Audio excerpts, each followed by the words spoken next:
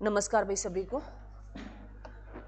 सभी बच्चे जय माँ सरस्वती का नाम लें। और आज तो माँ का डे है ना।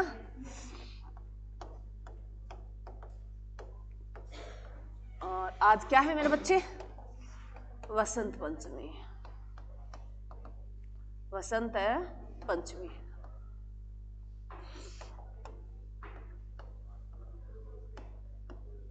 पंचमी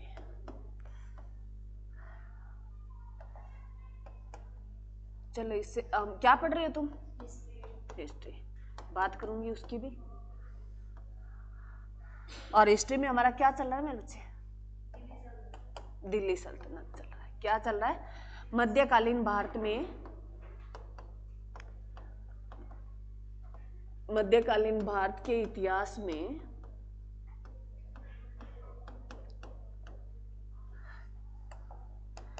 दिल्ली सल्तनत चल रहा है।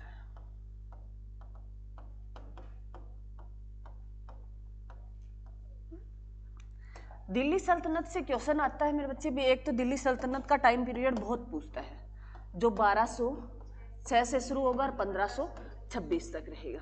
इसके कितने वंश आएंगे? इसमें 5 वंश पढ़ेंगे, जिसमें से हमने पहला कौन सा वंश कर लिया है? गुलाम वंश पढ़ लिया है। क्या कर लिया है? गुलाम वंश जो है पढ़ लिया है। मैं आपका 2 मिनट में रिवीजन दे देती हूँ। लड़कियां सोचती है लड़कियों की कल बारी होगी भी, ठीक है, नहीं तो मैं पूछने में टाइम लगेगा। कल लड़कियों से है, लड़कियों से पूछेंगे। गुलाम बस मेरे बस गुलाम बस की जो है नींव रखता है कुतुबुद्दीन ऐबक रखता है। कुतुबुद्दीन ऐबक के बारे में तुम्हें 2-3 बातें ध्यान रखनी। एक तो उसे लाख बख्श कहा जाता था क्योंकि वो लाखों का दान किया करता था। एक उन्होंने कुतुब मीनार की नींव रखी, ठीक है। एक उसकी घोड़े से गिरकर क्या हो जाती है? मृत्यु हो जाती है, वो पोलो खेलते हुए, चौगान खेलते हुए, ठीक है। उसके बाद जो है ये कुतुबुद्दीन ऐबक के बारे में एक इन्होंने 2.5 दिन का झोंपड़ा बनाया जो अजमेर में बनाया। एक इन्होंने अपनी राजधानी लाहौर को बनाया, ठीक है। उसके बाद जो है इसका बेटा आता है, आराम शाह आता है। और आराम शाह मतलब ठीक ही था, मतलब जितना इल्तुतमिश जितना चालाक नहीं था, तो आराम शाह जो है उसकी भी हत्या कर देता है। कौन? इल्तुतमिश कर देता है। इल्तुतमिश जो है कुतुबुद्दीन ऐबक जो है वो तो गुलाम किसका है? मोहम्मद गोरी का है। फिर वही जो है उन्होंने, उनकी परंपरा चलती रहती है। वो भी एक जो है उस दास को खरीदता है, इल्तुतमिश को खरीदता है और बाद में अपनी बेटी की शादी कर देता है। किससे? इल्तुतमिश से। कौन? कुतुबुद्दीन ऐबक। उसके बाद जो है इल्तुतमिश को जो है उन्होंने आराम शाह को जो उसकी हत्या करके और साम्राज्य जो है अपने अंडर में ले लेता है और वो गद्दी पे बैठ जाता है दिल्ली की। और वो अपनी राजधानी किसको बनाता है? दिल्ली को बनाता है। और गुलाम वंश का वास्तविक संस्थापक पूछे तो मेरे बच्चे कौन था? इल्तुतमिश था। क्योंकि एक तो इन्होंने, मैंने बताया था तुम्हें, जैसे ये खलीफा से सुल्तान की उपाधि लेता है। इल्तुतमिश के बारे में 2-3 बातें याद रखनी है तुम्हें। इल्तुतमिश जो है एक तो कुतुबुद्दीन जो कुतुब मीनार है उसका निर्माण पूरा करा देता है मेरे बच्चे। और एक जो मेरे बच्चे ये क्या करता है? एकता प्रथा जो है, एकता प्रणाली जो इसकी शुरुआत करती है, पैसे इकट्ठे करने की एक प्रथा है, ठीक है। और क्या? हाँ जी, तुर्कान चहलगामी एक चालीसा जो है, जो 40 लोगों का एक समूह है, वो संगठन बनाता है। कौन बनाता है? इल्तुतमिश बनाता है, ठीक है। दासों का दास है भी कहा जाता है। और एक जो है दासों का दास का कहने का मतलब है क्योंकि इसका जो राजा था, जो जिसने खरीदा वो ही दास था। किसका? मोहम्मद गोरी का। तो दासों का दास है कहा जाता है। भी मोहम्मद गोरी का दास कौन था? कुतुबुद्दीन ऐबक। कुतुबुद्दीन ऐबक का दास कौन है? इल्तुतमिश, इसलिए इसे दासों का दास है कहा जाता है, ठीक है। ये याद रख लेना। उसके बाद अगर बात करें मेरे बच्चे, हाँ जी, शुद्ध अरबी के सिक्के चलाए, जिसे चांदी में इसको टका कहा जाता है और जो तांबा है उसको जित्तल कहा जाता है। ये याद रखना, ठीक है। उसके बाद बात करें भी इसकी जो है, ये 1236 तक शासन करता है, 1210 से लेके। उसके बाद इसकी जो है बेटा आता है, जो कौन आता है? रुकबुद्दीन आता है। परंतु रुकबुद्दीन जो निठल्ला था, परंतु ये पहले ही घोषित कर गया था भी आगे आने वाले जो मेरा जो उत्तराधिकारी बनेगा वो मेरी बेटी बनेगी, रजिया सुल्तान। तो रजिया सुल्तान कहते हैं भाई, वो कल मैंने तुम्हें इसके बारे में बताया भी, वो वाई कटिंग रखती थी, लड़कों की तरह ही दरबार में आती थी, वैसी पोशाक पहनती थी राजों की तरह ही। तो उसके बाद जो कहते हैं भी रजिया सुल्तान से एक इसका प्रेमी है, आकूत है और एक अल्तुनिया है। रजिया सुल्तान जो है अल्तुनिया से प्रेम करती है और आकूत रजिया सुल्तान से प्रेम करता है। तो उनकी प्रेम कहानियां चलती है और जो है आकूत को वो क्या बना देती है, घोड़ा विभाग है जो उसका क्या बना देती है, उसको संरक्षक बना देती है, उसका मतलब देखभाल करने वाला। उसके बाद अल्तुनिया जो बठिंडा का राजा उससे शादी करती है और बाद में जो है ये कोई किसी विद्रोह को दबाने गए थे मेरे बच्चे, तुम्हें वहां से याद नहीं रखना, सिर्फ इतना याद रखना है इनकी हत्या जो कौन करता है, बहराम शाह करता है, जो कुछ एक जो 40 जो हाँ जो मतलब चहलगामी जो 40 लोगों का झुंड था ना, उसमें से अधिकार लोग ये चाहते थे भी रजिया सुल्तान क्या ना बने, राजा ना बने। तो वो उनका एक संगठन था मिला जुला, और जो बीच में है उसको विद्रोह को दबाने के लिए ये जहां बैठते थे उनको बुलाता है और कहते हैं केथल में यहाँ 1200 जो है 40 में किसकी हत्या कर दी जाती है, रजिया सुल्तान और अल्तुनिया की।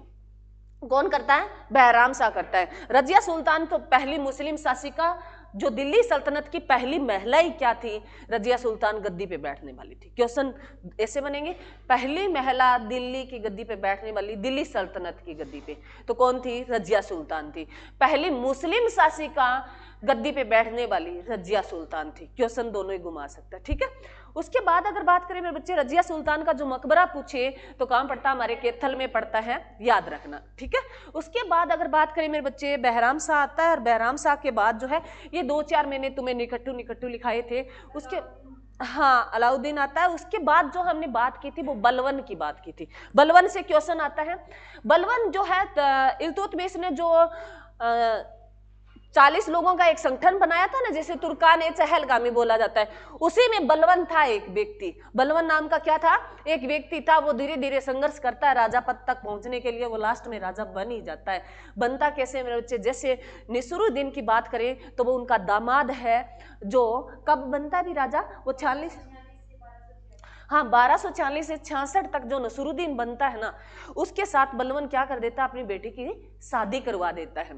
और नसरुद्दीन है ना बहुत अच्छे स्वभाव का था, कहते हैं वो साम्राज्य का कुछ नहीं खाता, टोपियां सील के अपना काम है चलाता था।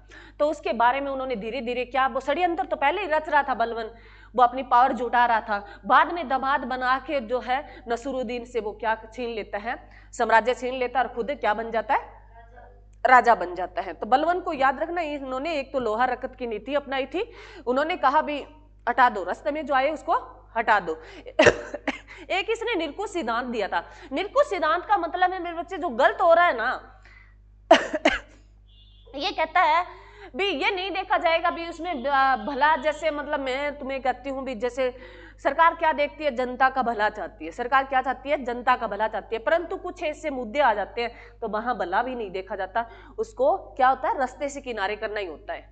मतलब है जो गलत हो रहा है, जनता हो चाहे, तो बलवन ये कहता है भी मेरे साम्राज्य के जो है मैं ये चाहता हूँ इतना सख्त, उन्होंने कहा भी खौफ होना चाहिए लोगों में, क्या होना चाहिए, खौफ होना चाहिए, जो रास्ते में आए उसको हटा दो, मतलब नुकसान भी ना पहुंच जाओ।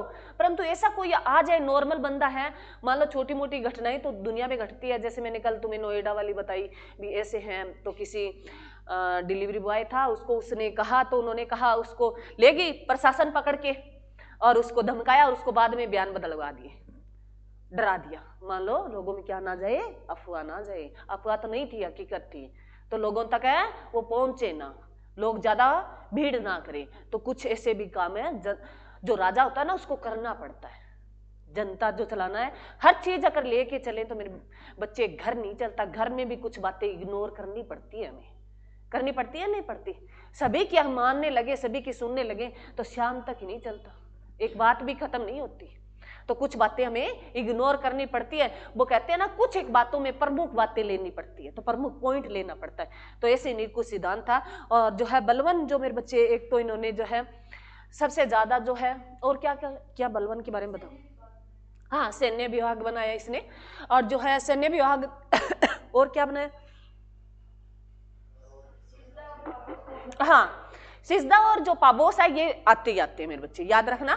इन्होंने 2 प्रथाएं चलाई थी, एक सिजदा एक पाबोस। सिजदा क्या थी, सर झुका के प्रणाम करना है शासक को, और पाबोस क्या था, पैर चूमने हैं, ठीक है, ये याद रखना, ये 2 प्रथाएं चलाई थी। और क्या क्या था मेरे बच्चे,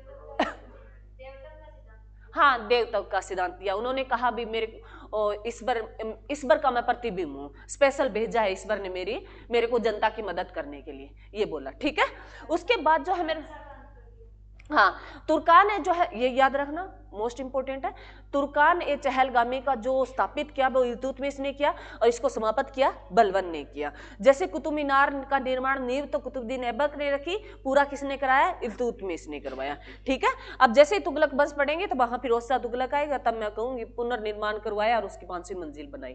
ठीक है, क्लियर। उसके बाद जो अंतिम मेरे बच्चे इसका क्यूमर्स जो राजा था, निठल्लुई था, उसकी जो है हत्या करवा देता है कौन? जलालुद्दीन खिलजी करवा देता है, और वो खिलजी वंश की नींव रख देते हैं। तो हम खिलजी वंश पढ़ेंगे आज।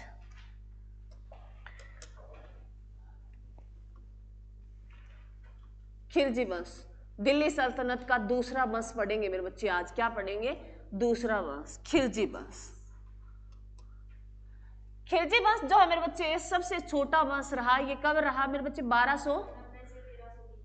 1320। Very good. 30 वर्ष का सबसे छोटा वंश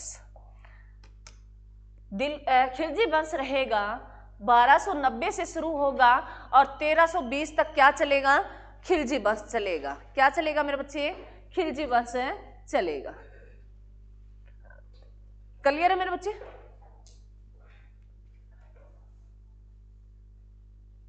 क्लियर है? अब जो है इसके बारे में मेरे बच्चों मैं पहले तुम्हें सारा कुछ बता देती हूँ, फिर हम पॉइंट टू पॉइंट लिख लेंगे ताकि बीच में मेरे को समझाना ना पड़े। एक तो इस खिलजी वंश के बारे में तुम्हें याद रखना है, इसका टाइम पीरियड रखना है याद, 1290 से 1320। एक सब दिल्ली सल्तनत का सबसे छोटा वंश कौन सा था? खिलजी वंश था। दिल्ली सल्तनत का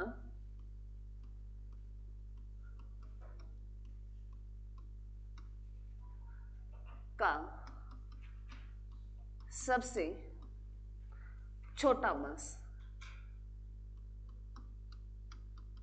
छोटा वंश, दिल्ली सल्तनत का सबसे छोटा वंश।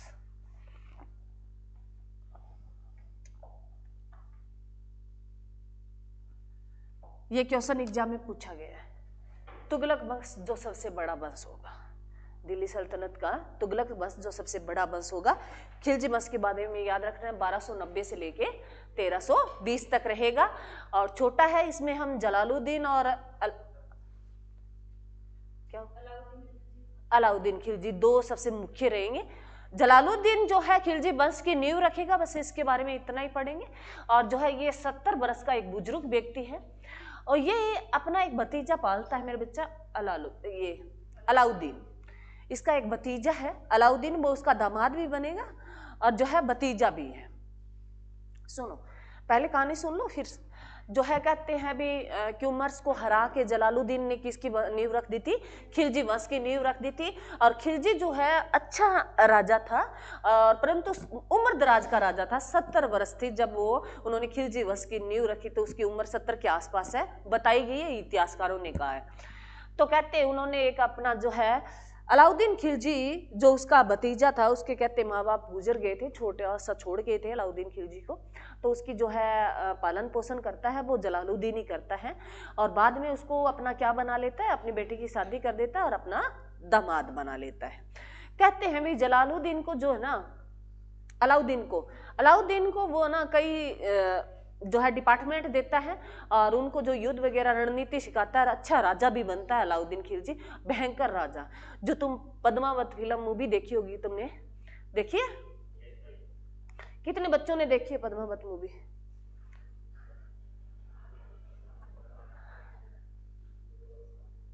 बाकी भी तुम क्या देखते हो फिर? फोन है ना तुम्हारे पास, या देखते ही फोन नहीं देखते? पीछे लड़कियों में किसने देखी? देखिए, अरे शॉर्ट देख लिया करो, 2-4 बातें तो याद ही रखा करो। चलो भाई, मोटी मोटी बातें मैं बता देती हूँ, फिल्म देख लेना भाई, इंटरेस्टिंग है। और वैसे इतिहासकार मतलब इतनी सच्चाई नहीं है, परंतु फिर भी क्योंकि अगर माइंड भी तो फ्रेश हो जाता है। चलो भाई, तुम्हारी मर्जी है, मेरे कहने से कौन क्या करता है। अलाउद्दीन खिलजी मेरे बच्चे तुमने सुना होगा, वो इतना भयंकर प्राणी था बस मतलब लोग इतिहासकारों ने उनको बढ़ा चढ़ा के बात बोली गई है। इतिहासकारों ने क्या किया, बात को इस तरीके से पेश किया बढ़ा चढ़ा के, तो हमारे मन में आता है अलाउद्दीन खिलजी जो है इतना निठल्लू था, परंतु उसकी ना कुछ खास बातें भी थी जो मैं पढ़ाऊंगी उसको। एक तो अलाउद्दीन खिलजी जो क्या करता है मेरे बच्चे, अपने साम्राज्य का विस्तार करता है। वो गुजरात में एक मलिक काफूर नाम का जो क्या हिंजड़ा होगा, एक मलिक है काफूर का नाम मैं लिखवाऊंगी तुम्हें। वो गुजरात का, जैसे उत्तर भारत में तो उनका साम्राज्य का विस्तार हो ही गया था, लगभग दिल्ली सल्तनत उनके पास थी, तो सारा दक्षिण भारत में साम्राज्य, छोटे छोटे राजा बहुत थे, देसी रियासतें बहुत थी। तो उन्होंने जैसे दिल्ली, वो सारे राजा मिलजुल कर रहते थे, भी कोई भी आता लड़ने तो वो सारे मिल के लड़ते थे, साम्राज्य बढ़ने नहीं देते थे दक्षिण भारत में। कहते अलाउद्दीन खिलजी को जो गुजरात में एक हिंजड़ा मिला जिसको नाम है मलिक काफूर। क्या नाम है? मलिक काफूर, याद रखना है। वो हिंजड़ा इतना सुंदर था, मैं एक्सप्लेन नहीं कर सकती, मतलब सुंदरता का तो यही कहा जाता है लास्ट लाइन भी एक्सप्लेन। अब ये थोड़ी है मैं तुम्हें फोटो बताऊं कोई ऐसे, फोटो तो वही बात है अभी हमने ही बनाई है, उनके वहां थोड़ी कैमरा था उस टाइम, पिक्चर हमने ही बनाई है। परंतु कवि जो है वो बढ़ा चढ़ा के तो कहते हैं, वो कहते इतना सुंदर था, अलाउद्दीन खिलजी उस पर फिदा हो गया। अब हिंजड़ा ठहरा भाई, तो कहते हैं उन्होंने उस हिंजड़े की सहायता से पूरे दक्षिण भारत पर क्या कर लिया था, साम्राज्य का विस्तार कर लिया था, कब्जा कर लिया था। क्योंकि उसको भेजता सजा के किसको, मलिक काफूर को, और वो राजा को घायल कर देते। इस तरीके से पैस महफिल सजाई जाती, और राजा, वही बात है राजा को क्या चाहिए, राजा सोचते हैं आज तो महफिल सजा देते, हिंजड़ा चला जाता। और फिर बाद में हिंजड़ा कहता भी हम राजा, हम मिलना है तो अकेले ही मिलेंगे, साथ कोई नहीं होना चाहिए। राजा खुश, इतनी सुंदर औरत और राजा को क्या चाहिए।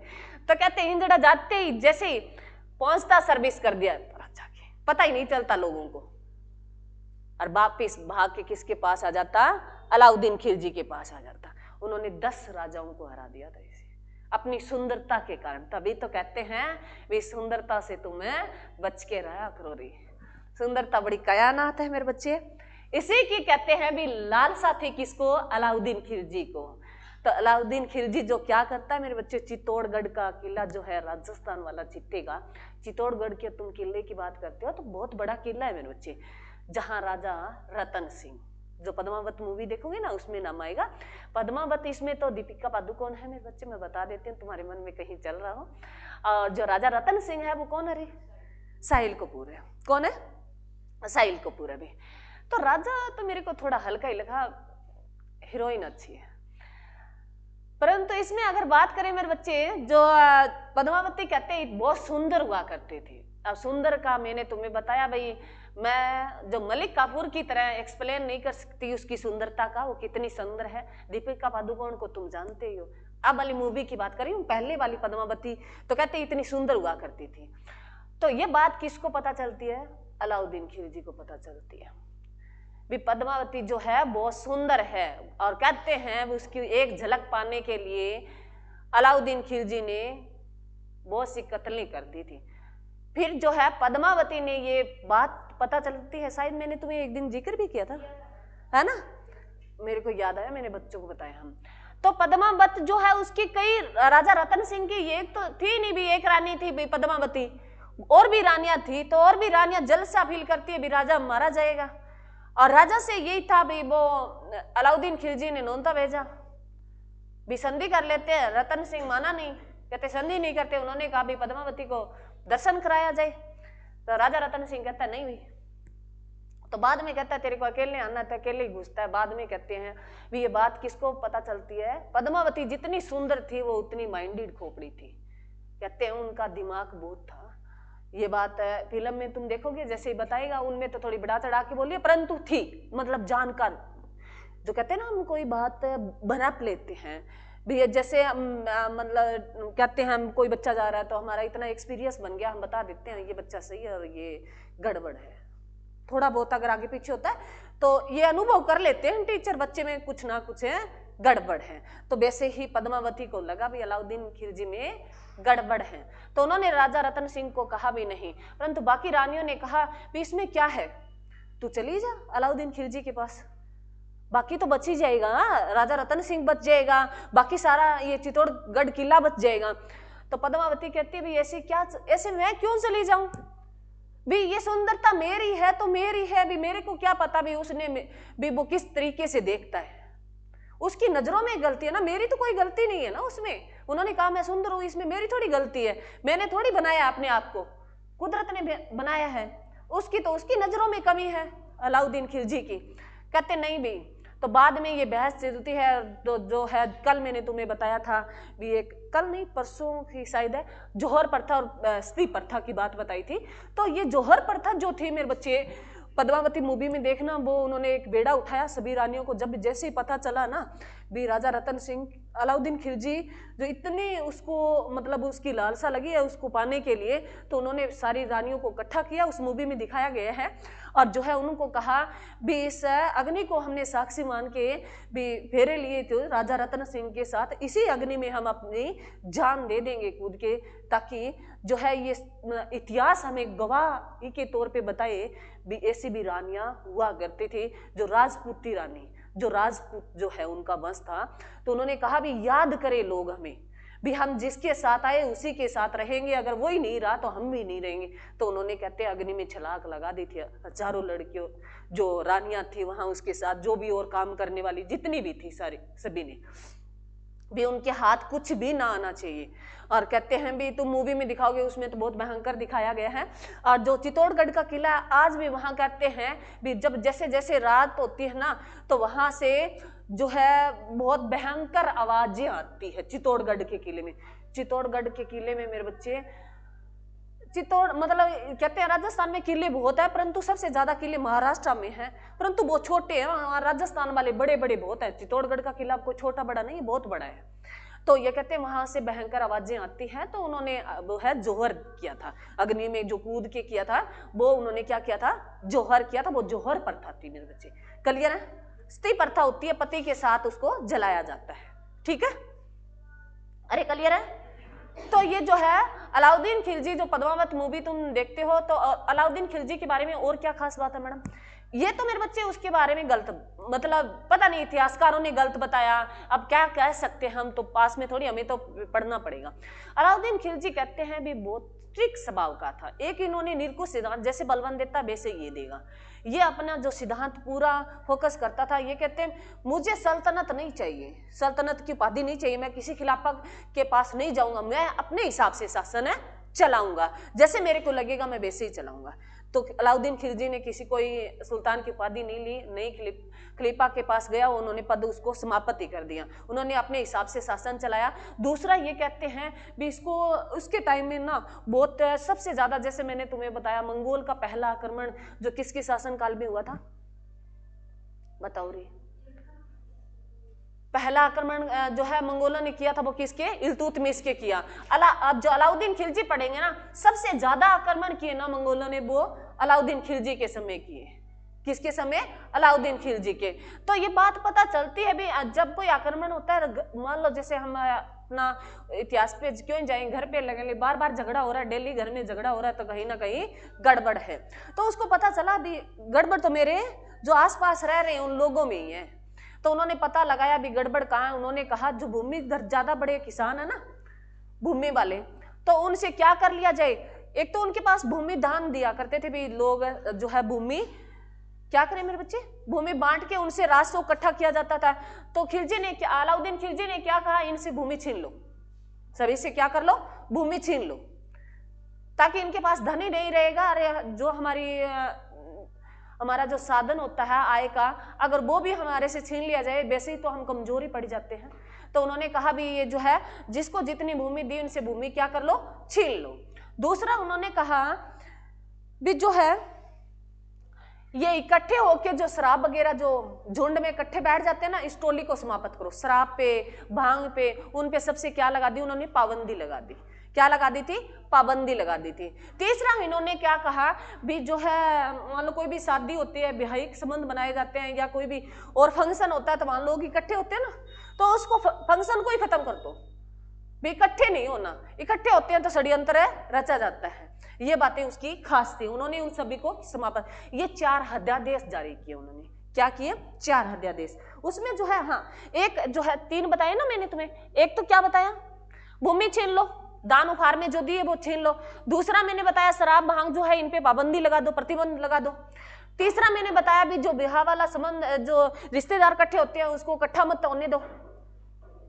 और चौथा इसका है मेरे बच्चे, अच्छे गुप्तचर बनाए उन्होंने, एक संगठन बनाया गुप्तचरों का, जो अच्छा संगठन बनाया ताकि जो खुफिया जानकारी दे सके, ताकि खुफिया जानकारी दे सके। अभी भी देते हैं ना हमारे, अरे हमारे देश के कुछ खुफिया स्थान होते हैं, उनको जो हमें जानकारी जुटा के देते हैं, हम उनको शो नहीं करते। तो वैसे ही उसके टाइम उन्होंने खुफिया जो है गुप्तचर बनाए। तो 4 क्लियर मेरे बच्चे, ये 4 पॉइंट उसके खास थे, मैं लिखाऊंगी, ये उसके 4 अध्यादेश थे। उसके बाद उन्होंने ये मंगोलों को जो दबाने के लिए, उसके बाद उन्होंने ना अपना जो बाजार अलग अलग लगाया, खाद्यान्न बाजार अलग लगाया, जहां खाने पीने की वस्तु, मान लो दैनिक जीवनचर्या की जो कुछ वस्तुएं थी उनका बाजार अलग लगाया। एक उन्होंने जो है मूल्य निर्मित प्रणाली, मूल्य स्थिर रखा वस्तुओं का, क्या कर दिया, मूल्य निर्मित है स्थिर प्रणाली जो है वस्तुओं के जो है प्राइस जो है वो स्थिर करें। किसने? अलाउद्दीन खिलजी ने। तीसरा चौथा पॉइंट जो है मेरे बच्चे इसका जो आता है, इन्होंने क्या कहा, जो दुकानदार थे ना, ये मेरे को अच्छा लगा, अच्छा भी है परंतु थोड़ा सा अगर देखे भी स्ट्रिक्ट भी है। तो उन्होंने कहा भी जो दुकानदार कोई चीज कम तोलता है, हाँ जो दुकानदार है धोखेबाजी करता है, सामान कम तोल के देता है, तो उसके शरीर का उतना ही मांस निकाल के उसके बराबर तोल दिया जाए, ताकि कोई दुकानदारी इतनी हेरा फेरी ना ये अच्छा था, ये अच्छा ना। अरे धोखाधड़ी तो ऐसे ही रोकी जा सकती है ताकि लोगों में खौफ पैदा हो। उनका मेन टारगेट ही था भी मैं शासन करूंगा खौफ से, लोगों का, जो लोगों को डर लगे। तो ये अलाउद्दीन खिलजी की कुछ बातें थी मेरे बच्चे, ये हमें पॉइंट टू पॉइंट लिख लेंगे, मैंने खास तुम्हें बताई दी है, बहुत अच्छी बातें हैं और इनसे क्वेश्चन बनता ही है। तो पहला खिलजी वंश मेरे बच्चे कब से लेके कब तक चलेगा? 1220 तक चलेगा। और दिल्ली सल्तनत का सबसे छोटा वंश खिलजी वंश। लिखो मेरे बच्चे, लिखो, खिलजी वंश के जो संस्थापक थे मेरे बच्चे, जो 1290 में नींव रखते हैं, कौन? जलालुद्दीन है खिलजी मेरे बच्चे, जलालुद्दीन खिलजी।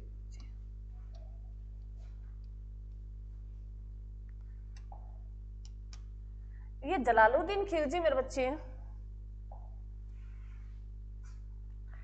जब ये नींव इसकी जो है संस्थापक बनते हैं, इसके खिलजी वंश की नींव रखता है, तो कितने वर्ष का था ये? 70 वर्ष का बुजुर्ग व्यक्ति था। क्या था? 70 वर्ष का बुजुर्ग व्यक्ति था, इसकी आयु 70 वर्ष थी।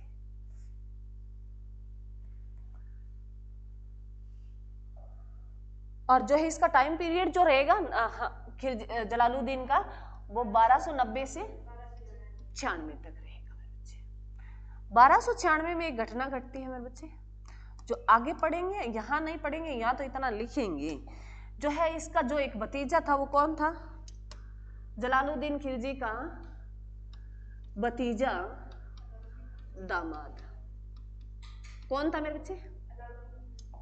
अलाउद्दीन खिलजी था। बातें नहीं भी, आवाज आ रही है।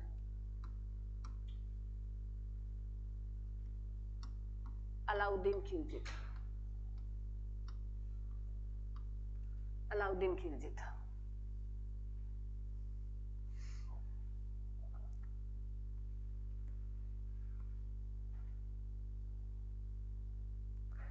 कहते हैं, सुनो,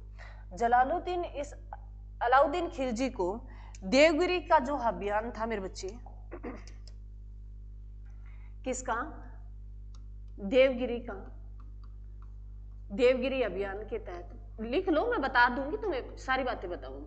जो कब चलाया? 1296 में चलाया। इस देवगिरी के अभियान पर भेजा किसको? अलाउद्दीन खिलजी को। किसने?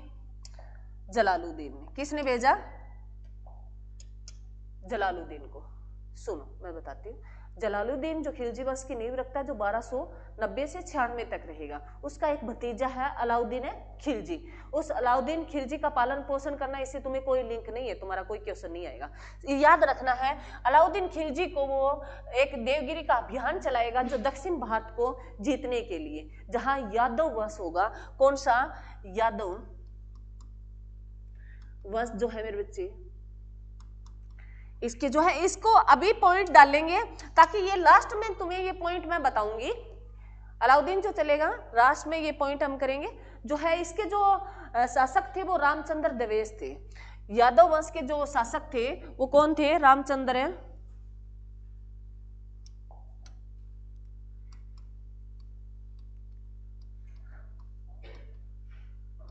देश थे, ये याद रखना।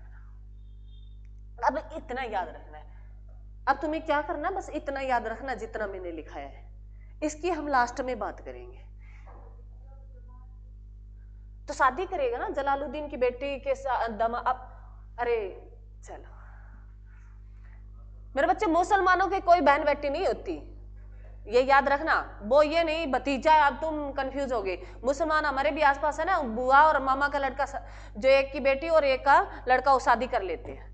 मुसलमानों में जो शादी होती है, तुम इधर उधर आसपास तुम्हारे हैं तो उनसे देखना, वो या तो उनकी माँ कोई मामा की लड़की मिलेगी उस लड़के के, या बुआ की कोई मिलेगी, ऐसी होती है उनकी।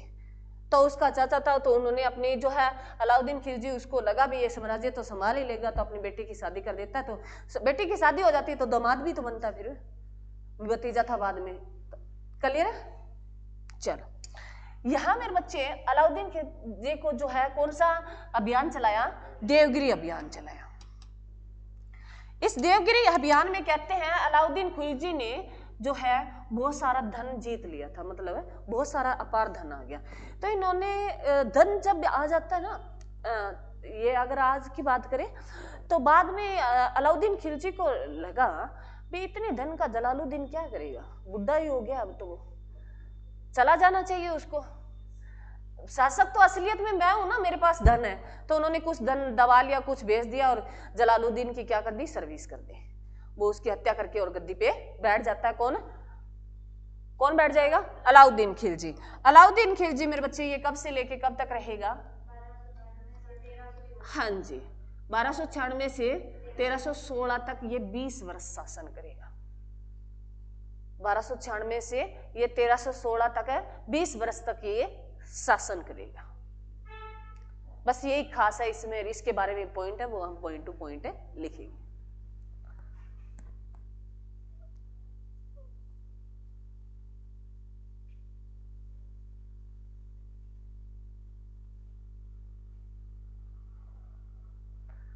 क्लियर मेरे बच्चे? अब लिखो, अगला पॉइंट लिखो। अब हम अलाउद्दीन खिलजी के बारे में पढ़ेंगे। किसका ये क्या है? दामाद और भतीजा किसका है? जलालुद्दीन का। किसका है? जलालुद्दीन का। इसका टाइम पीरियड कब से लेके कब तक रहेगा? 1296 से 1316 तक रहेगा। उसके बाद जो है मेरे बच्चे नेक्स्ट इसके बारे में जो है, इसके बचपन का नाम लिखो रे। इसके बचपन का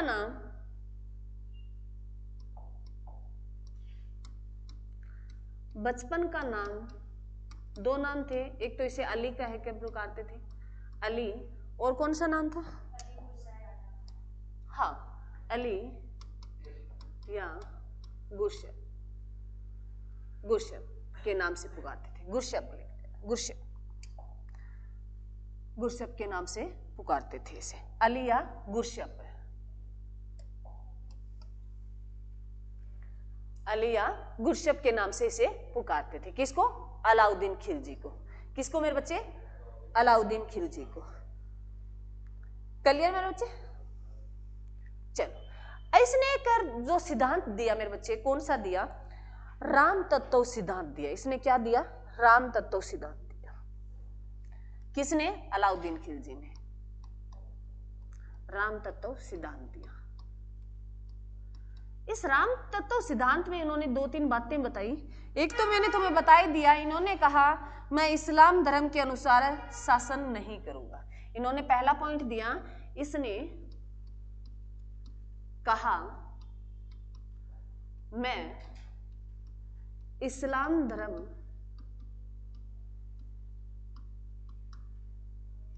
के अनुसार शासन नहीं चलाऊंगा, नहीं चलाऊंगा।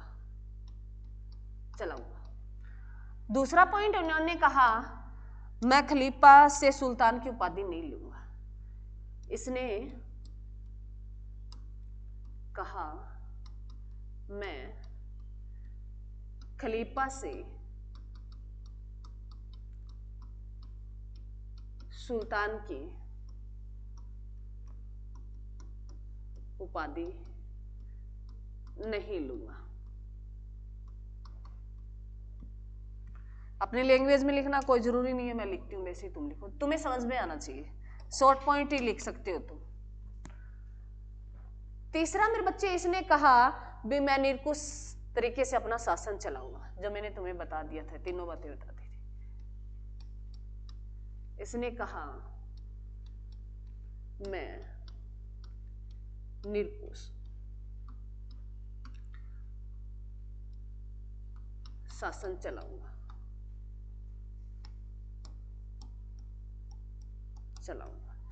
निरकुश का मीनिंग समझ में आया? भी जो गलत लगेगा मैं हटा दूंगा, मेरे को नहीं मतलब, जनता जो है मेरे को सही लगना चाहिए, भी ये गलत है तो गलत है।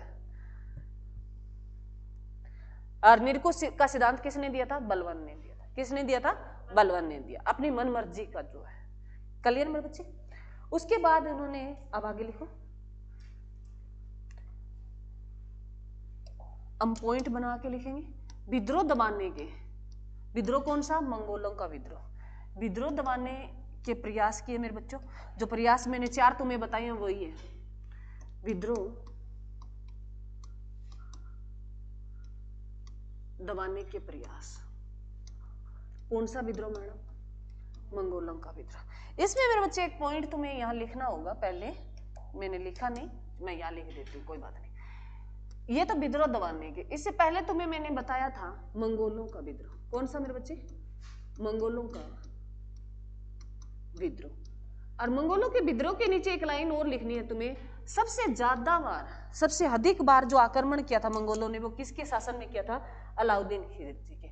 मंगोलों के सबसे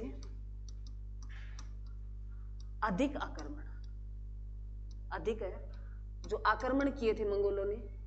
पहला कब किया मेरे बच्चे? इल्तुतमिश के टाइम में। 2 बात मंगोलों के बारे में तुम्हें, जो चंगेज खान था मंगोलों का शासक था, इल्तुतमिश के शासन में पहली बार मंगोल आक्रमण करते हैं। सबसे अधिक किसके टाइम में आक्रमण करेंगे? सब अलाउद्दीन खिलजी के। मंगोल जो है, याद रखना, इतने पॉइंट याद रखने इसके बारे में, ठीक है। अब जो विद्रोह कौन सा दबाने की बात हो रही है मैडम? ये मंगोलों के विद्रोह को दबाने की बात हो रही है। कौन से विद्रोह के दबाने की? मंगोलों के विद्रोह की। मंगोलों के विद्रोह के उन्होंने एक षड्यंत्र रचा मेरे बच्चे। उनको पता था भाई मंगोल इतनी बार आक्रमण कैसे करते हैं, तो कहीं ना कहीं हमारे जो ग्रुप में कमी है। उन्होंने कहा जो आसपास का माहौल है ना, इसमें कमी है, कोई ना कोई तो बात बाहर सप्लाई करता ही है। तो उन्होंने कुछ चीजें जो दबाने के लिए 4 क्या जारी किए? हत्यादेश जारी किए। जो है विद्रोह को दबाने के लिए क्या जारी किए? 4 है, क्या किए मेरे बच्चे? 4 हत्यादेश जारी किए। समझ में आया ना? अरे समझ में आया या नहीं आया? 4 है हत्यादेश जारी किए। किसका विद्रोह दबाने के लिए? मंगोलों के विद्रोह को दबाने के लिए उन्होंने 4 अध्यादेश जारी किए, जिसमें पहला है मेरे बच्चे दान, उपहार, पेंशन में दी गई भूमि वापस ले लेना। 4 अध्यादेशों में पहला है मेरे बच्चे दान, उपहार और पेंशन में दी गई भूमि वापस लेना। वापस है लेना। भूमि वापस ले लिया जाएगा, कमजोर पड़ ही जाएंगे। अरे कमजोर पड़ जाएंगे या नहीं पड़ जाएंगे? तो सफल रहा इसका। दूसरा पॉइंट है मेरे बच्चे अच्छे गुप्तचर जो विभाग बनाया इन्होंने, एक अच्छे गुप्तचर विभाग का गठन किया मेरे बच्चे। मान लो विशिष्ट या प्रमुख है गुप्तचर विभाग का गठन किया ताकि खुफिया जानकारी दे सके भी गड़बड़ है कौन कर रहा है। उसके बाद इसका नेक्स्ट जो पॉइंट है मेरे बच्चे, इन्होंने शराब, भांग और जुए इत्यादि पर प्रतिबंध लगा दिया।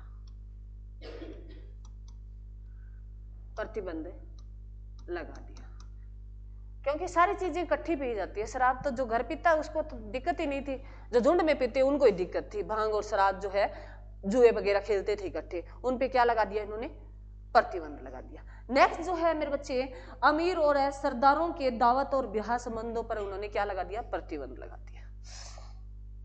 किनके थे ये तो पॉइंट अपने आप तुम जोड़ सकते हो। अमीरों और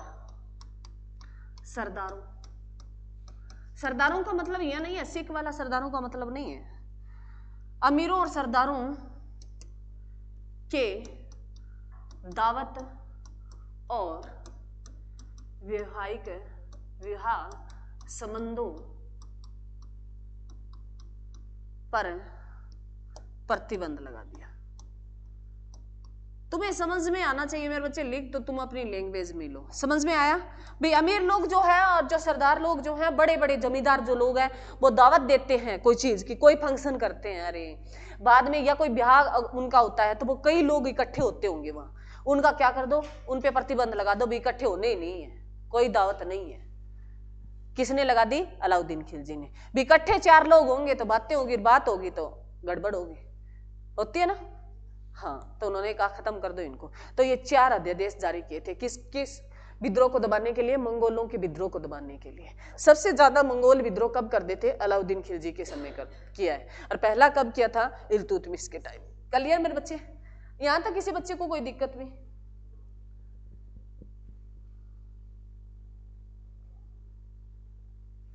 एक और लिख लो, लास्ट लाइन लिख लो। हिंदुओं के प्रति इन्होंने कठोर नीति अपनाई। किसने? अलाउद्दीन खिलजी ने हिंदुओं के प्रति कठोर नीति।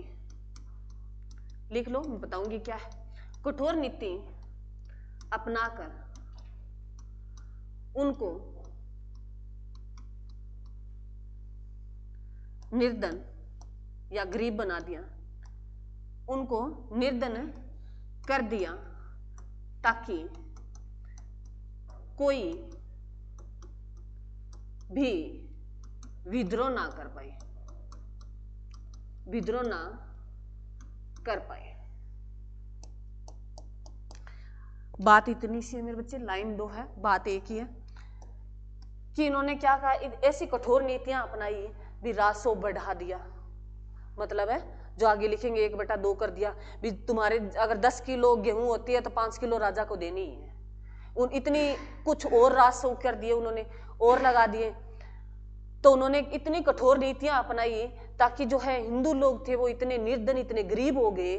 ताकि गरीब करने का कारण ही क्या था, वो क्या ना कर पाए, कोई षड्यंत्र ना रचे और उनके खिलाफ कोई विद्रोह ना करे। क्लियर है? अरे क्लियर है? चलो नेक्स्ट लिखो मेरे बच्चे। राजस्व और या कर व्यवस्था, अलाउद्दीन खिलजी की राजस्व और कर व्यवस्था। राजस्व या कर व्यवस्था।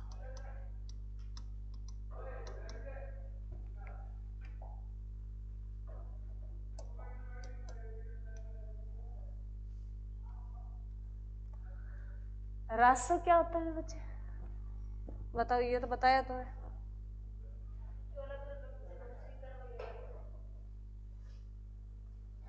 क्या होता है?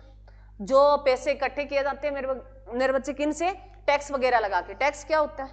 कोई बच्चा बताएगा? कर होता है, ठीक है। हाँ बताओ रे। और इनकम पे लगता है टैक्स।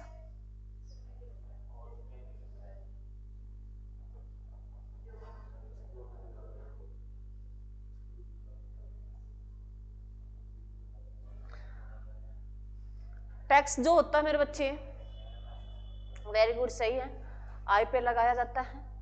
टैक्स और भी लगते हैं, कई प्रकार के होते हैं, टैक्स भी एक नहीं है, डायरेक्ट होते हैं कुछ इनडायरेक्ट होते हैं। डायरेक्ट टैक्स होते हैं अभी जिस पे लगाया उसी के द्वारा चुकाया, वो क्या होते हैं, इनकम टैक्स वगैरह होते हैं, ये ध्यान रखना।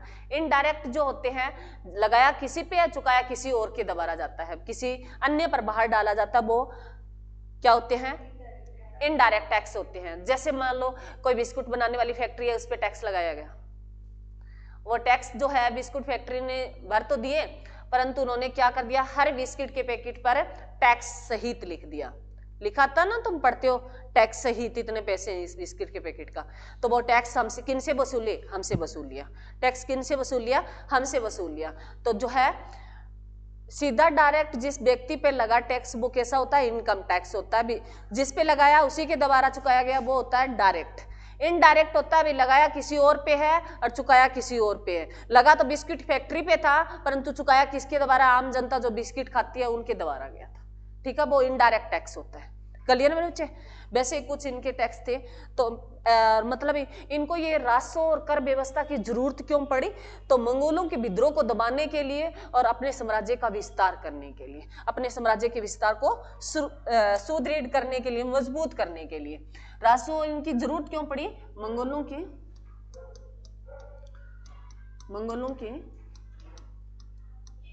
अरे किसी चीज को करने के लिए धन चाहिए ना, वो धन इकट्ठा करना। मंगोलों के विद्रोह को दबाने के लिए और अपने साम्राज्य को मजबूत बनाने के लिए या सुदृढ़ बनाने के लिए, तुम अपनी लैंग्वेज में लिखा करो ये लाइनें, तब तुम्हें लिखनी आ जाएगी। इन्होंने मेरे बच्चे लगान की जो व्यवस्था की थी, लगान का क्या कर दिया, अभी बताया मैंने तुम्हें थोड़ा पहले, 1/2 कर दिया। लगान कितना निर्धारित कर दिया था, 1/2 निर्धारित कर दिया था। लगान कितना निर्धारित कर दिया, 1/2। 1/2 मैंने समझा ही दिया तुम्हें भी, कोई भी चीज है उसका आधा दो राजा को। क्लियर है? अरे समझ में आया? लगान कितना कर दिया, 1/2। कहने का मतलब है 2 कोई वस्तु है तो 1 वस्तु राजा को देनी ही होगी, ठीक है। उसके बाद है मेरे बच्चे, इन्होंने 2 नए कर लगाए। इन्होंने जो 2 नए कर लगाए, इन्होंने 2 नए कर लगाए। एक चराई कर मेरे बच्चे, एक क्या था, चराई कर, और दूसरा क्या था, घड़ी कर। घड़ी कर, घड़ी कर भी बोल देना ताकि याद रहे तुम्हें।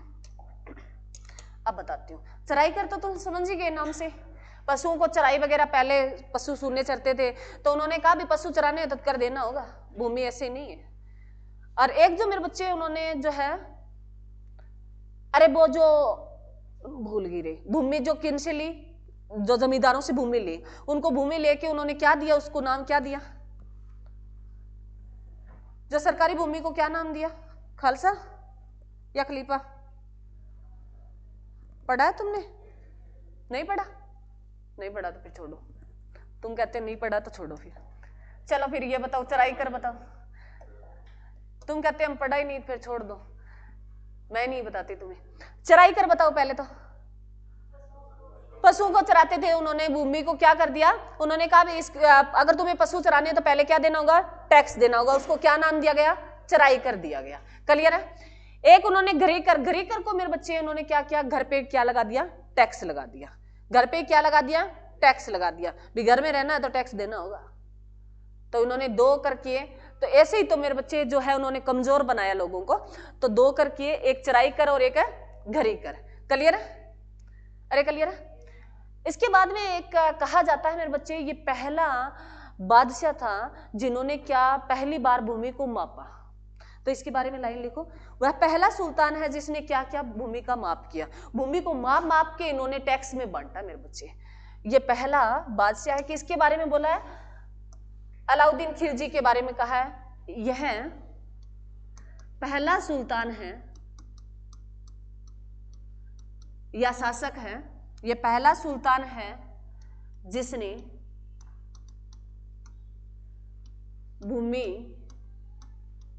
भूमि का माप करवाया, फरमाइश करवाई, भूमि की माप करवाई, भूमि को मापा।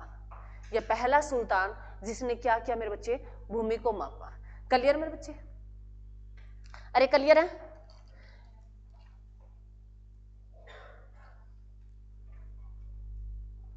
अब कहते हैं उन्होंने जो मेरे बच्चे हम टैक्स इकट्ठा करता है तो उसको हम क्या कहते हैं, टैक्स विभाग कहते हैं या कुछ और कहते हो? टैक्स इकट्ठा करते हैं उसको क्या कहते हैं, विभाग। दिया ना सरकार में विभाग होता ही नहीं होता, क्या होता है बताओ, आयकर विभाग। तो उन्होंने ही कहा, लिखो क्वेश्चन क्या है, राजस्व एकत्रित करने के लिए उन्होंने जो है मुफ्त खराज का नाम दिया। जो राजस्व इकट्ठा करता है, जो हमारे आयकर विभाग होता है, तुम पढ़ते हो इनकम टैक्स विभाग, पढ़ते हो ना डिपार्टमेंट, तो वैसे इन्होंने क्या कहा,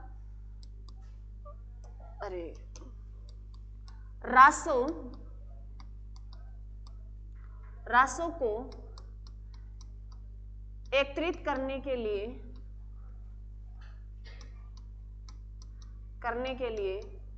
एक विभाग बनाया मेरे बच्चे। उस विभाग का नाम दिया इन्होंने मुफ्त खराज।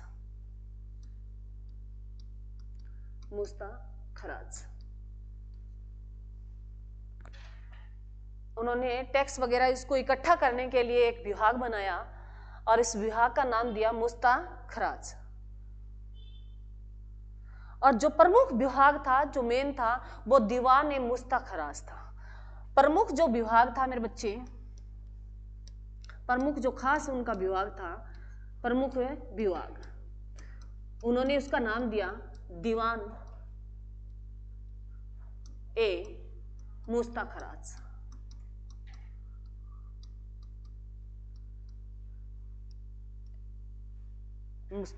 दीवान मुफ्त खराज। आयकर विभाग, जैसे आयकर तुम डिपार्टमेंट पढ़ते हो, तो उन्होंने अपना नाम दिया उसी जो है राजस्व को इकट्ठा करने के लिए, दीवान मुफ्त खराज। क्लियर मेरे बच्चे? अरे क्लियर? इसके बारे में खास बात क्या थी, इन्होंने जो है एक सैनिक विभाग बनाया। इन्होंने क्या और बनाया, एक सैनिक विभाग बनाया, सैन्य विभाग बनाया। इस नाम से क्लियर हो रहा है, सैनिक विभाग बनाया, सैन्य विभाग बनाया। इस सैन्य विभाग में मेरे बच्चे इन्होंने क्या क्या, एक तो इन्होंने क्या शुरू कर दिया, स्थायी सेना शुरू कर दी।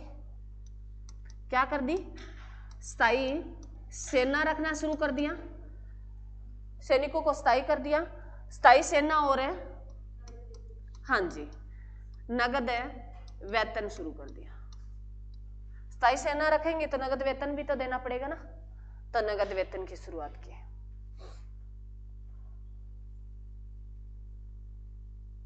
इसने दो प्रथाएं चलाई, एक तो सैनिकों के हुलिया लिखने की और एक है घोड़े दागने की प्रथा चलाई। इन्होंने जो है सैनिकों के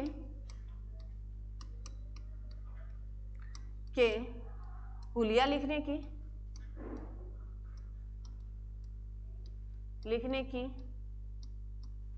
और घोड़े दागने की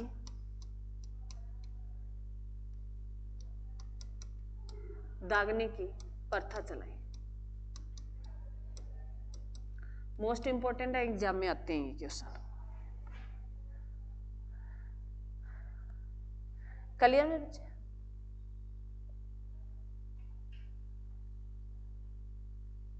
अब इसकी जो है मुख्य हम लिखेंगे बाजार व्यवस्था। मैंने ये सारी बातें बता दी थी, ये वाली बीच में नहीं बताई थी, बाजार वाली व्यवस्था बता दी थी। बाजार व्यवस्था लिखेंगे, बताई बातें अब लिख लेंगे हम। बाजार व्यवस्था कैसी थी उनकी, क्योंकि इनकी स्टिक थी तो भी इनके बारे में बताया जाता है। बाजार व्यवस्था,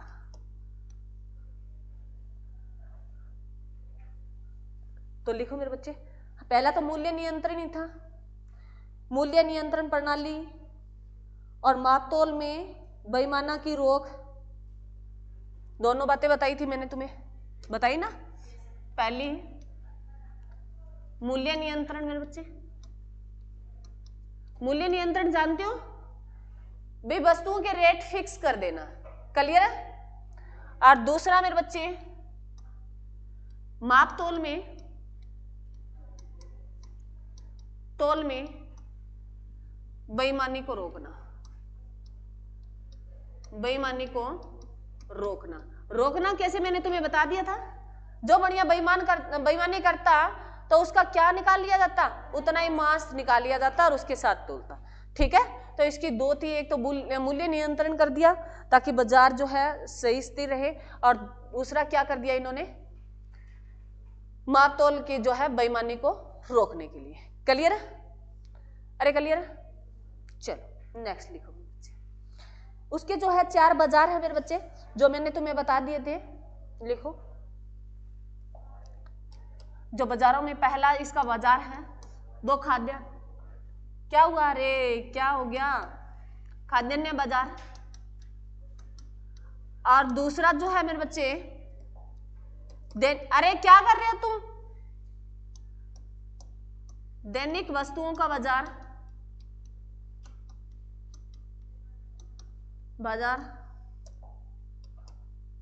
लिखो। उसके बाद लिखो मेरे बच्चे, निर्मित वस्तुओं का बाजार, पशु जो है और गुलाम का बाजार। निर्मित है,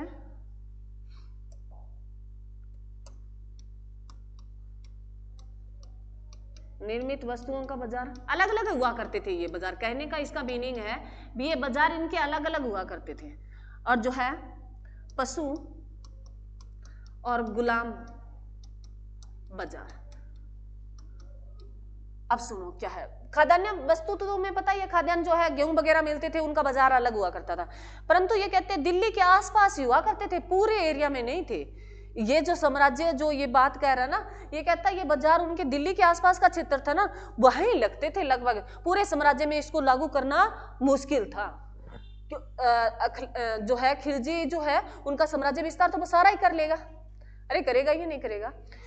जैसे मैंने मलिक काफूर का बताया, वो हम लास्ट में पॉइंट लेंगे, उसके 2 ही बातें, मलिक काफूर का नाम याद रखना, बस तुम्हें वही पूछता है। तो मेरे बच्चे उन्होंने क्या कहा, ये साम्राज्य उनके आसपास का जो अंडर में राजा तो यहाँ बैठा है, जैसे प्रधानमंत्री है, प्रधानमंत्री बैठा है, आसपास व्यवस्था अच्छी रखेंगे ना उसके, ताकि प्रधानमंत्री को लगे सारे देश में ऐसे हैं, हमारे थोड़ी जानता है यहाँ इतना घोटाला हो रहा है, तो वैसी थी, ठीक है। उसके आसपास का क्षेत्र वो मतलब उन्होंने सारी ये व्यवस्था कर दी थी। खाद्यान्न बाजार बनाया, दैनिक वस्तुओं का बाजार बनाया, निर्मित वस्तु मतलब 2-4 वस्तुएं जैसे कपड़ा वगैरह है, पशु और गुलाम जैसे पशु वगैरह उनकी बोली लगती थी, और गुलाम दास जो है मजदूरों की बोली लगती थी, गुलाम जो खरीद के लेके आते थे, तो उनका बाजार भी क्या था, अलग था। क्लियर मेरे बच्चे, अरे क्लियर है। चलो अब लिखो मेरे बच्चे, इसके जो है साम्राज्य विस्तार लिखो। अब आएगा कहानी, इंटरेस्टिंग है, मैंने तुम्हें बता दिया, लिख लो। 2-4 बातें और रही है, नहीं तो कल पूरा फिर ये करना पड़ेगा। लिखो साम्राज्य विस्तार कहां से लेके कहां तक था उसका, साम्राज्य विस्तार। तो शुरू कहां से करेगा मेरे बच्चे, गुजरात से करेगा, हाँ जी गुजरात, जो देवगिरी वाला होगा। अब बताऊंगी वो देवगिरी का तुम्हें। हाँ लिखो, गुजरात, रणथंबोर, बंगाल, चित्तौड़, दक्षिण भारत पर आदि अभियान चलाए। रणथंबोर, चित्तौड़, बंगाल और दक्षिण भारत, उन्होंने कई अभियान चलाए,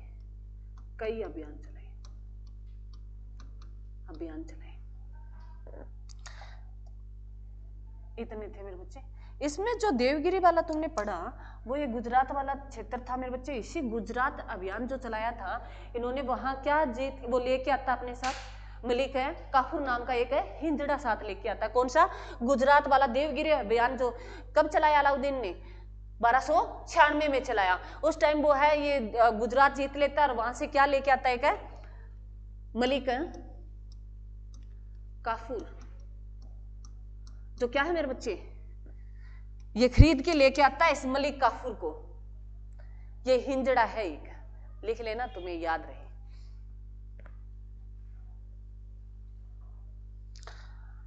मलिक काफूर जो है उसे गुजरात अभियान जो देवगिरी का था उसमें मिला या इसको खरीद के लेके आया। अलग अलग इतिहासकार इसके बारे में अलग अलग कहते हैं, परंतु तुम्हें इसके बारे में खास क्या बातें रखनी है, ये वो मलिक काफूर है जो बहुत सुंदर है। क्या है? बहुत सुंदर है। तुम्हें ये क्वेश्चन नहीं पूछेगा, मैं तो ऐसे ही लिख रही हूँ। बहुत है, सुंदर भी है, और उसको वहां से उठा के लेता है। और ये जो है मलिक काफूर है उसको दक्षिण भारत जीतने में सबसे ज्यादा सहयोग करेगा, यही करेगा। कहानी मैंने तुम्हें बताई दी है कैसे करता। ये दिन में जाता, महफिल सजाता। कौन? मलिक काफूर। सुंदर इतना था, उसको मनमोहित कर देता, और राजा श्याम की पार्टी में उसको बुलाता। किसको? मलिक काफूर को। और मलिक काफूर कहता है भी पार्टी हम दोनों के बीच में ही होनी चाहिए, जनता नहीं होनी चाहिए। तो सुंदर इतना इफेक्ट तो था ही, जैसे ही पार्टी बीच इन दोनों के बीच में, ये पार्टी में क्या होता है तुम जानते हो? अरे पार्टी खास वाली, वो राजाओं वाली पार्टी, पूरा उसको क्या कर देता? नशे कर देता, और उसकी बाद में नशे में सुना के उसकी सर्विस करके आ जाता। और अलाउद्दीन खिलजी को कहता मैंने कर दिया काम। क्लियर? तो वो दक्षिण भारत पर कैसे, मलिक काफूर का नाम याद रह जाएगा ना भी। उन्होंने दक्षिण भारत के साम्राज्य का विस्तार किसकी सहायता से जीता? तो मलिक काफूर की सहायता। मलिक काफूर को कहां से लेके आया? वो गुजरात अभियान से लेके, गुजरात से लेके आया था। क्लियर है? याद रह जाएंगे ना? अरे रहेंगे नहीं रहेंगे? हाँ, लिखो आगे मेरे बच्चे।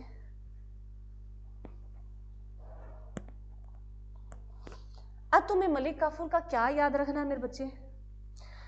तुम्हें जो है पद्मावत मूवी है तो उसे यहाँ से क्वेश्चन बनेगा जो है मैं उससे क्लियर करा देती हूँ, तो मूवी देख लोगे। इसके कुछ की पॉइंट है मेरे बच्चे, सुन लो। मैंने तुम्हें सारे बता दिए। चित्तौड़गढ़ से क्या याद रखोगे? एक तो चित्तौड़गढ़ का किला, चित्तौड़गढ़ तो तुम्हें पता है ना कहाँ है? राजस्थान में है। कहाँ है? राजस्थान में। तो चित्तौड़गढ़ से तुम क्या रखोगे? पद्मावत। पद्मावत मेरे बच्चे, पद्मावत, इसको पद्मामणि भी बोलते हैं, पद्मामिनी भी बोलते हैं। याद रह जाएगी ना? अरे रहेगी नहीं रहेगी? पद्मावत जो कौन है, इसका जो पति है, राजा जो है चित्तौड़गढ़ का, कौन है मेरे बच्चे? रतन सिंह है। कौन है? अरे रतन सिंह है। कौन है? रतन सिंह। रतन सिंह की पत्नी कौन है? पद्मावत है। कौन है? पद्मावत है। मूवी कौन सी है? पद्मावत है। कौन सी है? पद्मावत है। तो मूवी जो है उस रानी के नाम से बनाई गई है। ठीक है? तुम्हें दो बातें याद रखनी है। चित्तौड़गढ़ के किले पे जो अभियान, उनका मेन मकसद क्या था? पद्मावत को पाने का ही था। ठीक है? तो वहां का राजा पूछ लेगा भी राजा कौन था चित्तौड़गढ़ का उस टाइम? रतन सिंह था। कौन था? रतन सिंह था। और जो है पद्मावत जो है क्या कर देगी? अपने आप को जौहर में डाल देगी, वो उसके हाथ ही नहीं आएगी। ठीक है? तो वो चित्तौड़गढ़ का किला जो है उनको मेन जो है क्यों लुभाया? इस पद्मावत के कारण। ठीक है? तो वो चित्तौड़गढ़ के किले को तो जीत ही लेगा, वो रानियां मरी जाएगी, राजा मरी जाएगा। तो क्लियर यहां तक? अरे समझ में आया? गुजरात का वो मलिक काफूर मिल जाएगा, दक्षिण भारत पर वो उस मलिक काफूर के हिसाब से क्या कर लेगा? अपना जीत ही लेगा। ठीक है? उसके बारे में बच्चों जो है ये पद्मावत जो है ये एक बुक्स लिखेगी, क्योंकि ऐसे फिल्में नहीं बनती, कोई बुक्स लिखी होती है उनके बारे में। पद्मावत जो फिल्म जो बुक लिखता है वो एक इतिहासकार है मेरे बच्चे, मलिक महमूद जयंती। जो है पद्मावत है, मैं यहां लिख देती हूँ, पद्मावत के बारे में जो लिखता है ना वो इतिहासकार है मेरे बच्चे मलिक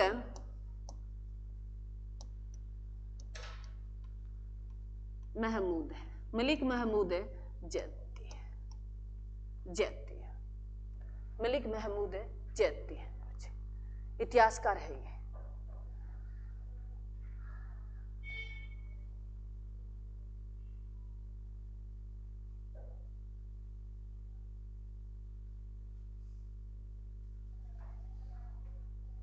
क्लियर मेरे बच्चे? चलो अब इसको समाप्त करते हैं, बस दो सवा दो रहते हैं जो लास्ट के लिख देंगे। मैं दोबारा यहाँ थोड़ी बातें तुम्हें बता रही हूँ, मेरे को लग रहा है बच्चों को थोड़ा सा कम समझ में आया, मैं मेरे हिसाब से कह रही हूँ और मेरे को पता नहीं है तुम्हारा क्या। सुनो, उन्होंने साम्राज्य का विस्तार किया, गुजरात वाले क्षेत्र में किया, देवगिरी वाला पढ़ते हैं, वहां से वो धन लूट के लेता है, तभी उसके मन में काल जागता है भी असली राजा तो तू होना चाहिए, तेरे पास धन है। जलालुद्दीन क्या करेगा, वो तो बुजुर्ग हो गया, तो उसकी सर्विस कर देता है और वो क्या बैठ जाता है, गद्दी पे बैठ जाता है। वहां उसके मलिक काफूर हाथ लगता है, धीरे धीरे वो इनको जीतता है। चित्तौड़गढ़ की कहानी, क्योंकि पद्मावत मूवी आई है तो पद्मावत पूछ सकता है तुमसे भी वो कहाँ की महारानी थी, चित्तौड़गढ़ की थी। चित्तौड़गढ़ का किला कहाँ है, राजस्थान में है, ठीक है। और वो किसका किला था, रतन सिंह का किला था। राजा कौन था, रतन सिंह था। उसकी क्या कौन सी पत्नी थी, पद्मावती पत्नी थी, ठीक है। उस पद्मावती को पाने के लिए ही अलाउद्दीन खिलजी जो है वहां क्या करता है, हमला करता है, ठीक है। और जीत तो लेता है, रतन सिंह की क्या कर देगा, हत्या कर देगा, और पद्मावती क्या कर देगी, अपने आप को जौहर में डाल देगी, ठीक है। क्लियर है तुम्हें, ठीक है। उसके बाद जो है मेरे बच्चे, मलिक काफूर जो है मेरे बच्चे, जो देवगी मान लो अभियान चलाया, सबसे ज्यादा दक्षिण भारत में उन्होंने साम्राज्य का विस्तार किया, वो इस मलिक काफूर की सहायता से किया। सारा लेना देना इसका ही था, राजा ने कुछ नहीं किया, अलाउद्दीन खिलजी ने कुछ नहीं किया, सारा किया वो इसने ही किया, ठीक है, याद रह जाएगा। और इसके बारे में एक क्वेश्चन ये रखना भी, सबसे ज्यादा मंगोल आक्रमण सबसे ज्यादा बार किया वो किसके शासन में किया, अलाउद्दीन खिलजी। अब लिखो मेरे बच्चे, अंतिम जो है इसके बारे में लिखो। और ये कहते हैं भाई जो मलिक काफूर ने जो अभियान चलाया ना दक्षिण भारत को, वो 1307 में चलाया, ये बात याद हो रखना मेरे बच्चे। दक्षिण भारत को जीतने का जो अभियान चलाया था ना उन्होंने, 1307 में चलाया था। अभियान लिख लेना दक्षिण भारत का, दक्षिण भारत मैंने इधर लिख ही दिया, ये यहाँ दक्षिण भारत का जो अभियान चलाया था वो 1307 में चलाया था मलिक काफूर ने। अभियान का मैंने तुम्हें बता ही दिया है। उसके बाद जो है मेरे बच्चे, इसके जो है एक मुबारक शाह है, कौन है, हाँ जी,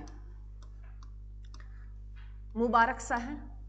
ये मुबारक शाह है, ये कब से लेके कब तक रहेगा, हाँ जी, 1316 से 1320 रहेगा। इसके बाद इसकी क्या हो जाएगी, मुबारक शाह जो मेरे बच्चे ये कोई खास नहीं है, ये इसके बारे में क्या कहा जाता है, हाँ, ये क्या था मेरे बच्चे, अयोग्य, योग्य होता है एक तो, ये अयोग्य राजा था, मतलब ये निकट्ठू ही था, कुछ नहीं, मूर्ख था। उसके बाद एक नसीरुद्दीन जो है, खुसरो खां आएगा, इसके बाद आएगा नसीरुद्दीन खुसरो खां आएगा मेरे बच्चे, और जो है ये 1320 में आएगा। और इसकी हत्या करके जो है तुगलक वंश की कौन नींव रखेगा, गाजी मलिक रखेगा, क्या गाजी मलिक करेगा इसकी, हाँ, ग्यासुद्दीन तुगलक मेरे बच्चे, उसका नाम ग्यासुद्दीन तुगलक होगा, ठीक है। जो है नसीरुद्दीन की हत्या करेगा, ये भी निठल्ला ही है, कुछ नहीं है, ग्यासुद्दीन तुगलक जो इसी में पल रहा है, हमेशा राजा में पल रहे हैं, वो बाद में अपना नाम देके और एक बस खड़ा कर देते हैं। इनके सेनापति होते हैं या उनके कोई जो है घोड़े संभालने वाला विभाग होता है, उसको संभालने वाला होता है, वो धीरे धीरे उनके बारे में क्या कर लेता है, सोर्स जुटा लेता है और पता चल जाता है इनकी कमजोरी कौन सी है, वो अंतिम आता है तब बाहर करता है और वो इनका क्या कर देता है, बंद कर देता है और अपने साम्राज्य की नींव रख देता है, ठीक। तो ग्यासुद्दीन तुगलक इन्हीं में रह रहा है, वो बाद में तुगलक कहलाएगा, तुगलक वंश की, क्योंकि वो उभर के सामने आएगा ना, पहले तो एक नॉर्मल बंदा है, ठीक है। तो आगे जो नसीरुद्दीन की हत्या कौन कर देगा, ग्यासुद्दीन तुगलक कर देगा। ये बात हम कल तुगलक वंश शुरू करेंगे, तब स्टार्टिंग में यही बताऊंगी तुम्हें, ठीक है। तो ये हमारा खिलजी वंश कंप्लीट हो गया मेरे बच्चे, और हमारा टाइम भी हो गया, लेट भी हो रहे हैं। और मेरे बच्चे आज तो खास तारीख थी 23 जो है, हम जो है सुभाष चंद्र बोस जो है उनकी क्या जयंती है, क्या जयंती है। और कौन सा डे मनाते हैं आज, पराक्रम दिवस मनाते हैं,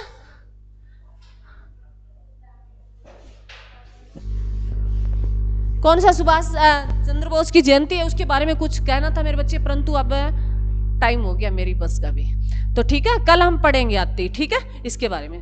थैंक यू वेरी मच।